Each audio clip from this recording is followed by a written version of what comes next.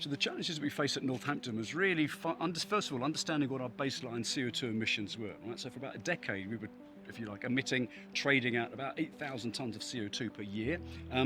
We reduced that by 30% to nearly 4,500, 5,000 tonnes of CO2 per year. And how did we do that? Well, that we moved to a brand new campus, which isn't going to be the solution for everybody, but by using smart materials and new ways of designing and insulating campuses, we were able to show a substantial reduction in CO2. So our big challenge now is from that new baseline of 5,000 tonnes, getting down to net zero by 2030.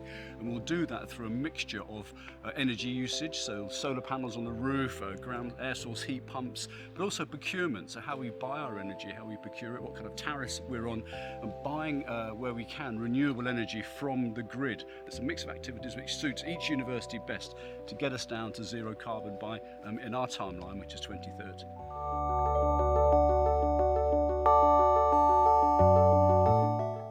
I think UUK has a vital role here in bringing universities together around policy and influencing government on our behalf. But I think the key to this is going to be using a set of standards that are appropriate and well understood across the sector. Now, that doesn't mean each university has to be forced into a certain target framework, but what it does mean is that when we report on our CO2 emissions and reductions, we use the same standards and the same language. And that happens in other sectors. So house building is a great example of how they've made great strides, where different house builders have come together under a shared understanding of how you report against target reduction. And I think UK absolutely needs to do the same thing.